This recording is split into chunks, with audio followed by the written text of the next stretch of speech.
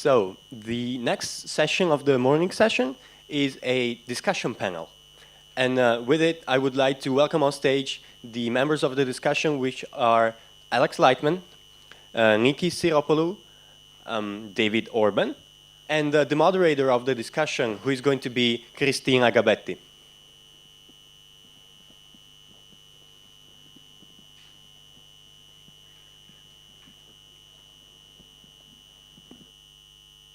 Doing this standing? We can pull chairs and sit. Okay. But certainly in front of the others. Sure.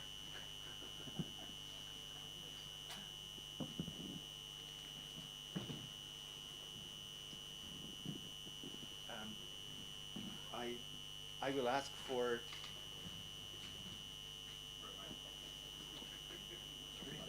In the back, David. I will ask for your forgiveness because after 15 minutes in the panel, I will have to disappear because I'm being interviewed live on Melog. Do you guys follow Melog on Radio 24? So you cannot hear it because you are here, but there will be a recording, of course, available in podcast. Hello. No. So I think it's a good moment to discuss, kind of round up what we've heard so far, and between technologies and the wonderful things we can do with it is us, human beings. So how do they implement our lives? How are they transforming our lives? And how are we transforming them? It's a very dynamic interaction. So David, over to you. Yes, and if you don't mind, I will take that since I will have to leave shortly. For me, it is extremely important to make sure that everybody understands that technology has been a defining feature of what it means to be human forever. 100,000 years, 200,000 years, we've never been human without technology. So those who try to tell us that technology is evil, or that technology is dehumanizing, or that nature and the human nature should renounce technology, are playing a very, very dangerous game, in my opinion, because they are the ones that actually are misunderstanding what it means to be human, especially today, where more and more powerful technology allows us to explore new freedoms that we didn't have, liberating us from what used to be an unforgiving environment, and to unburden and emancipate and empower people in the billions to do with technology what we can do best. Thank you. Well, yes, it opens a wide debate. I mean, I think that what mostly people are concerned about how society is changing. And sometimes we have a different perspective, certainly living in Italy, than Alex, for example, does. Because when a society and its solutions and its technologies all kind of move in sync, then you have a sense of acceleration. We are accelerating on one hand, but then we're kind of always held back by some part of our bodies because we live in a country that has a hard time keeping up with the pace, regulations and implementations. So, Alex, what is a good example was exactly before in terms of energy. When you decentralize, if you go off the grid, then you're maximizing the power. If instead you're feeding in tariff, our system in Italy is a feed-in tariff, which means that we had great incentives, and now we're kind of paying for that in higher electric bills, and also, for example, a lot of people have decided to use pellets and biomass. Now the cost of biomass is huge. So how do you feel that, at least in your experience, the pace of evolution is kind of matched by a collaborative dynamic around them? Well, the most succinct way of answering this is to talk about Moore's law versus Moron's law. Moore's law says that the number of transistors in a chip is going to double and that it's been around now for 50 years. So Moore's law is just a little bit younger than I am, but Ray Kurzweil has shown how it goes back in time. But basically, exponential improvement over time. Moron's law was a term coined by George Gilder, who was contrasting the improvements of technology with the lack of improvement in government. And so moron, M-O-R-O-N, means a stupid person. And basically, there's a lot of correlation is not causation. One of the very first works of human literature is the Upanishads in India. And the very first concept of the very first work of literature is just because an owl goes up from a branch in a tree and a piece of fruit falls doesn't mean it was caused by the owl jumping from the tree. That's 7,000 years old. Human beings were trying to warn against this. So in places where people have had feed-in tariffs, they've always gotten more solar. And if government doesn't do anything else to try to go and run in and use that as an excuse, then the prices have fallen. So wherever you don't have government trying to intervene, then the prices have fallen. So electricity in California is falling. That's what's happening. In Nevada, where Warren Buffett bought Nevada Energy, they have a very strong relation with the regulatory commission. So if you're a casino, you are paying a discount rate. The average rate is 16 cents a kilowatt hour. If you're a casino, you must pay 10 cents. But Nevada Energy is buying solar for 3 cents a kilowatt hour, and they're selling it. It's just simply sending an email. They're not actually doing anything. They're selling it for 10 cents. And the utilities are saying, why can't we buy from this? And the government says, because we said you can't, but we'll let you do it if you pay us $30 million. So you have one building, you must pay $30 million just to be able to buy from somebody. So everywhere you look, if you look into it in Germany, it's not the solar that's costing the money, it's the lobbying of groups that try to make other people pay more than they are. And this is why I had dinner last night with somebody I'd wanted to meet for a while. I wish you were here now, so you could meet her too. Suzanne Tarkowski-Tempelhoff. And she has something called Bit Nation. How many of you have seen Bit Nation? So what she's saying is that government is a monopoly, it's a racket, it's a mafia, and I love saying the word mafia in Italy. When I went to Mexico, I gave a talk called The Last Days of the Carbon Cartels. That's fun for me. We'll have you here for a talk on the last days of the mafia. That'll certainly make and leave a mark. Well, I'll say carbon mafia, because I don't think your mafia is going anywhere. One of the most effective mafia money-making things is substitution of olive oil. So you all know the fake olive oil is out there. But the idea is that government is we're seeing what government is. Government is not there to organize or improve things. It's there to help people who have money to keep their money or make more money. And we see that very clearly.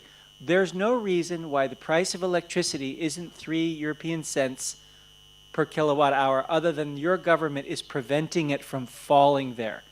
They are in the way of doing that. So it's not that solar costs that. There's no reason in a country that's drenched in sun like yours why your price should be any higher than it is for me in California.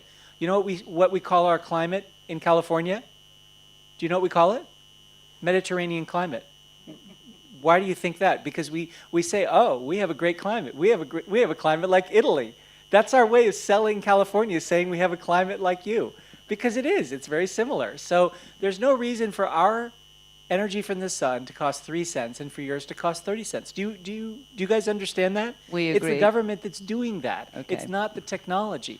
And this is why David, his message, very simply, if you spend a lot of time with David, his message is very simple. Let's have decentralization so people can't abuse each other and mistreat each other. And governments are just as likely to mistreat people as anyone else. Thank you very much. In fact, I was waiting anxiously to pass the word back to David before he needs to leave us, because you've been communicating a lot and interacting a lot with the network through Facebook, a centralized organization. So we are clearly, straddling these two systems. How do you feel about that, and what do you see beyond this phase? Leonardo invented the helicopter 500 years before it was possible. So just because we see some things are important and necessary or possible, that doesn't mean that they will happen right around the corner. The same way, social networks are extremely valuable, and we must find a way to make sure that part of this value is rebalanced rather than aggregated away for a centralized corporation, also accruing to the users.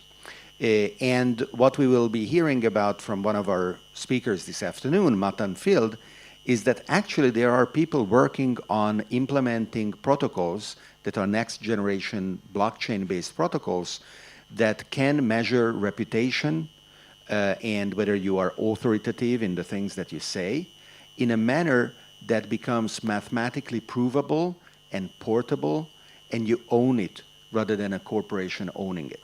So we will be getting there, and if we help people like Matan to be able and dedicate their energy and creativity to that, rather than finding new ways of making us click on ads, like famously it is now being said, then the speed of this shift is going to be faster to the benefit of all of us, really.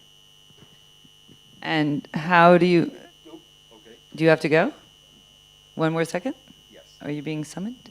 Well, how do you think this network society, more in the communications field than in others, will reach a level of sustainability? Meaning producing content has a cost, and measuring reputation also. So I think Nikki will be able to comment on that, because a lot of her professional life has been spent in marketing, product development, communication. So certainly this is more her field than mine. I must say that the traditional way of looking at one creates 10 comment and 1,000 consume is a little bit reflected on how people are most comfortable in being, right? So as we push more people to get into the game, to get their hands dirty, to be catalyzed, to use their brains, to be less lazy linking, like Alex uses to say, where they don't give context and comment on the pieces of knowledge that they share, that is absolutely the right thing to do, because otherwise they settle down. Yesterday I received an extremely valuable input from Alex's mother, actually, through Alex. She taught her the very important life lesson of being adaptable rather than adapted.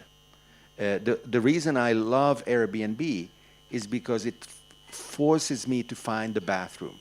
It is never in the same place.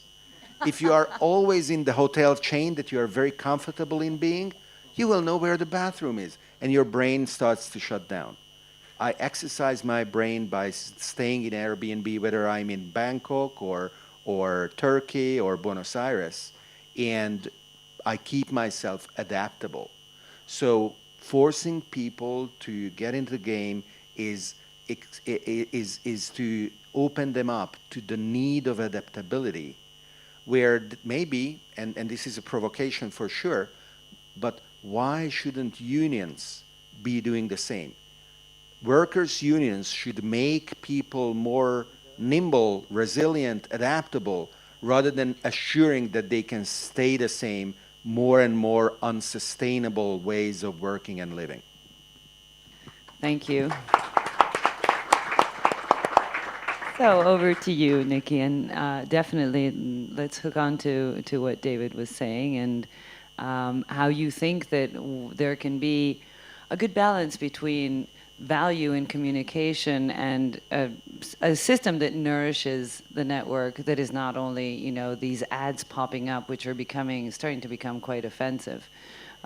Is there a way around it, or do you see a next step when the system will be nourishing itself and won't necessarily be nourished by the system that we already know, which is, you know, advertising mostly? You know, the challenge is in two levels. The challenge of understanding exponentialities is on a corporate level. So we discuss often with David, you know, the Kodak effect, that although you have already invent the future, you are unable to see the roadmap ahead and actually be part of it. And instead, you try to put it under the carpet and forget about it. Because we know that Kodak invented digital photography 30 years ago. They said, no, this is not profitable, this is not sustainable, this is not the territory you should be. We are in the chemical business, we are in the paper business, we are in the printing business.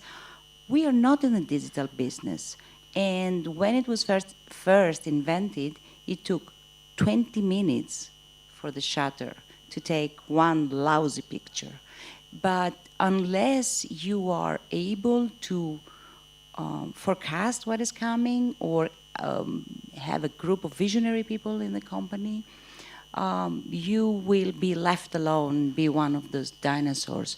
So what is really interesting is for corporations and what is challenging is how you can put initially the board of directors, and then how you can crowdsource and engage all your company, all your people to think, to understand exponentialities and help your company be part of the future and create the future and be open instead of a closed system.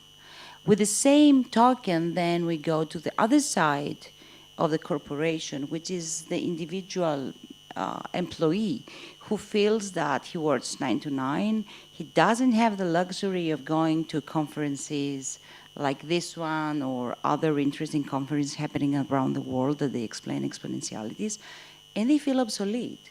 They feel that they cannot be part of the future, they don't understand the future, and that makes them fearful, defensive, they don't enjoy their work, and sometimes they feel like a part of, the whole cog that moves forward without them being part of it. So it is important for them to understand exponentialities and be inclusive. And this way they can feel the power, like David said, of being the authoritative power of creating the future, be part of a co-creation space, or they can learn themselves. So I think overall we need to believe in ourselves. Either we are a corporation or an individual, and embrace learning. Thank you. Yes, education is, we were talking before with Alex, and the power of doing, because we do live in quite a fear-ridden society. People who are not fortunate enough to be at this level of the conversation see everything that's, kind of passing rapidly, and how many, unemployed, and how many who really struggle to get a meal on their table. So I was having a conversation yesterday actually with someone who was concerned about the fact that his son is in one of those difficult moments where he's kind of trying to decide where to step in life, and he spends a lot of time on the web, and he's been completely seduced by i film sui complottisti, the conspiracy films, and there is a lot of information that kind of can lead to feeling, that we're being ruled and that we're puppets. So can you share, Alex, for a moment, how you jumped into endorsing a very important educational project? Because I think education across the board is a key element. I'm sorry, when you say I endorsed an education project, which one are you referring to? Well, the one that you told me about, the school that you created. Oh, I didn't endorse it, I built it. Well, I meant, started it. By endorsing, I meant supporting. You supported it top to bottom in the sense that you created it. Oh, Okay. sure. Well, you actually wouldn't believe me if I told you. That's why we want to hear it. Okay. In 1988, there was something called the Soviet American Citizen Summit. And there were 400 people, half from Russia, half from America, who got together to say that the U.S. and Russia, well, actually the Soviet Union at the time, the USSR, should not be at odds. And I met a woman who was there who had a baby which had enlarged brain. He had extra lobes in his brain in the front. And I went, wow, what's up with your kid? He looks weird. And she goes, well, he's like, this is my son. I gave birth to him in the ocean. And there's actually a book of pictures of her giving birth to him in the ocean, in the Bahamas. And, kids with spear guns around to do it. And I said, oh, and I realized, I said, so this is an ordinary child from 500 years in the future. How are you going to educate this kid? He's going to be ruined in normal education. And she said, well, why don't you go build a school for him? So I built a school for this kid and for all other kids, and it was called Nizhoni, Nizhoni, School for Global Consciousness. And I had kids from 20 to 25 countries from around the world. There were kids from Italy, Germany, Austria, Switzerland, Netherlands. In fact, I just wished one of my students, he's turning 47 tomorrow. I wished him, but he was not 47 at the time when he went to the school. And we did trips. In fact, we did a trip to Italy. Have you heard of Damanhur? There's a community, spiritual community. We spent a week at Damanhur and other self-sufficient, agricultural, spiritual communities here in Italy, among other places. But we traveled the world. We go to 20, 25 countries. We spoke in Venezia. We spoke in Rome. We'd rent a hall, and people would come to the school. And by the end of the school, the idea was that every student would be his or her own teacher, his or her own priest, his or her own parent. They would basically learn to be responsible and adaptive, and it was a lot of fun. So, Why do you speak in the past tense? well, I mean, I did the school for 5 years, but I'm a corporate person. I like doing companies. Before I left the company, I was working for Reuters, which is now Thomson Reuters, making financial engineering workstations. And so I went back working on artificial intelligence and, energy, raising money. Because I wasn't making a lot of money running a school, I wanted to go make money. I wanted to make millions of dollars. But did it continue after you?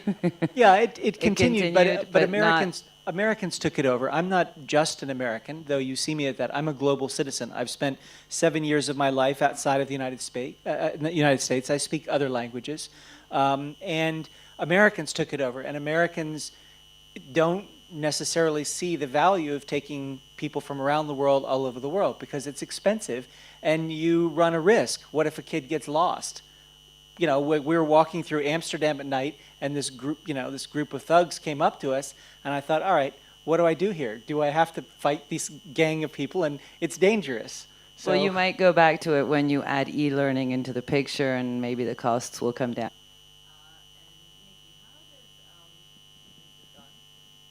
How, because Italians have participated and still participate so much in Greeks, hopefully resurgence. But how many people are actually dreaming and feeling that a prosperous future is possible in your country? The correct answer is I don't know, but there is a lot of. It's been a terrible 5-7 years now, and people they have start believing that maybe there is not a future for Greece, and I think the challenge is to take Greece out of this inward and downward spiral that it has embraced. And this is with the work we do with David, with Network Society in Greece, and also with the TEDx Academy event I have started 6 years ago. And it is really interesting to see how when people, they get immersed into the future and a vision about the future, enabling them on understanding new technologies, getting sometimes self-educated, and how they can start and transform their ideas into corporations.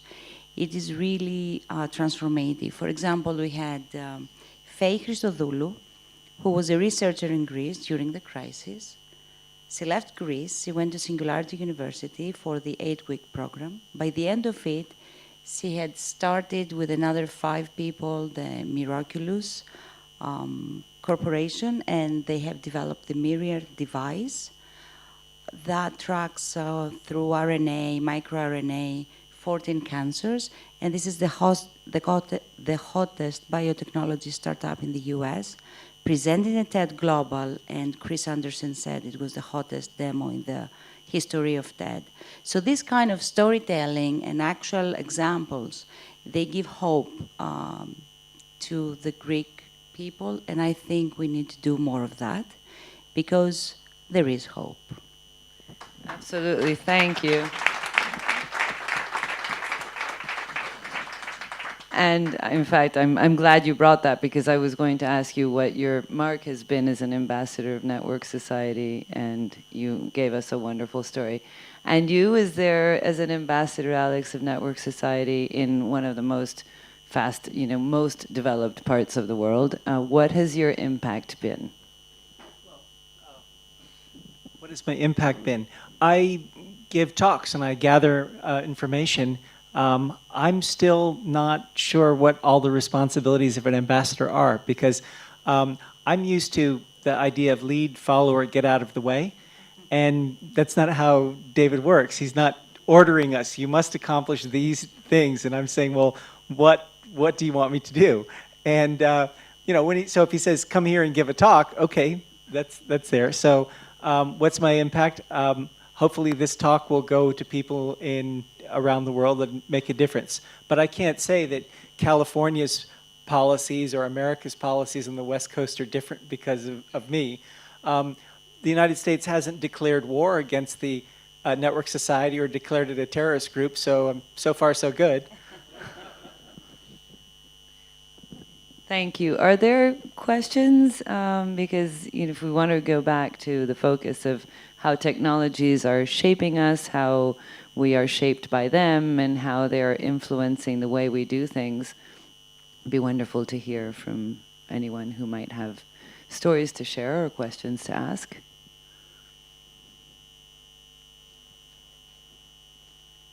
Thank you. It's a question for Alex. Maybe it was before I'm Paolo Marenco. I make this bridge from Italy for these grad students and Silicon Valley since 10 years. So then we talk about. Question. The diesel scandal, Volkswagen, that just brought out in California.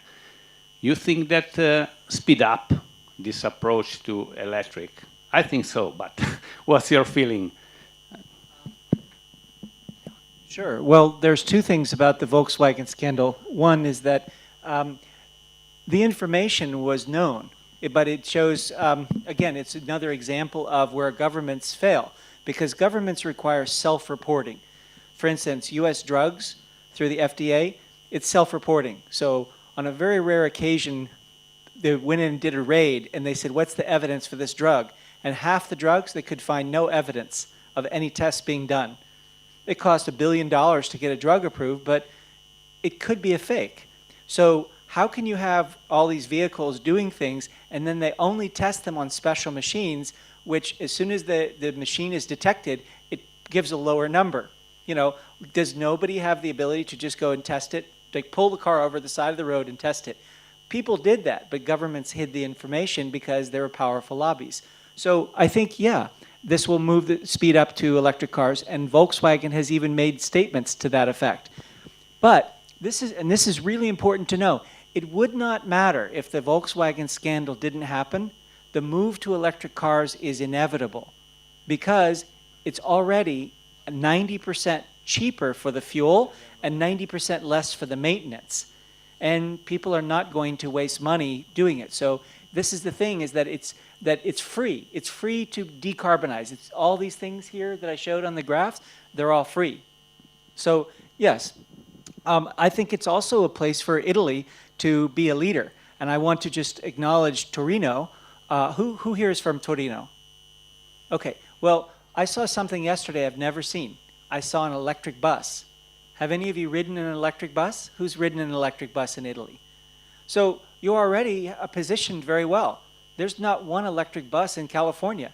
There will be, because Build Your Dream is going to be selling them, but this is a market that you should compete in. So I see this Iveco is here. All these things you can be the leader in, because they're a market that's going to grow more than 1,000% per year for the next few years. That's a great market to be in. You want to be there. I did want to say one thing, because it's a network society and you asked for stories. Somebody said, I saw your talk and your talk was great, but I thought the way that you handled the question was bad. So he was referring to you. So since Christina had said, if you have a story, if you wanted to try again and say it, and I'll listen better since I've been smacked over social media, then that's fine. And we have to be very concise because Cosimo just said time's up. Oh, okay. So are you ready But to I wanted deliver? to say I apologize if I handled it poorly, because that's the value of the feedback when you have the video, is you get feedback from people, and we all are here to learn. So I apologize.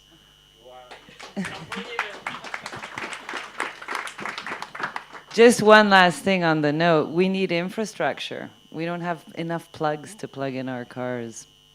So, you know. You know who the most interesting leader in the world? But there are surprising heroes in this. Putin. Putin, do you know what Putin's policy is for electric vehicles in Russia? By the way, Russia has almost no electric vehicles. Do you know what his policy directive was 2 weeks ago? Every gas station must have a charger for electric cars. Isn't that funny? And so you find people who even though the whole Russian budget is coming from the sale of oil and gas, still he's preparing for the future. So I have to wonder, what is Obama's excuse? What is Italy's excuse? What is other people's excuse? If Putin, who gets his money from oil and gas, can see the future, why can't we? Heroes are where we least expect them. Now I think Cosimo might be announcing a break, a good time to find a hero next to you. So please have a round of applause for the wonderful speakers.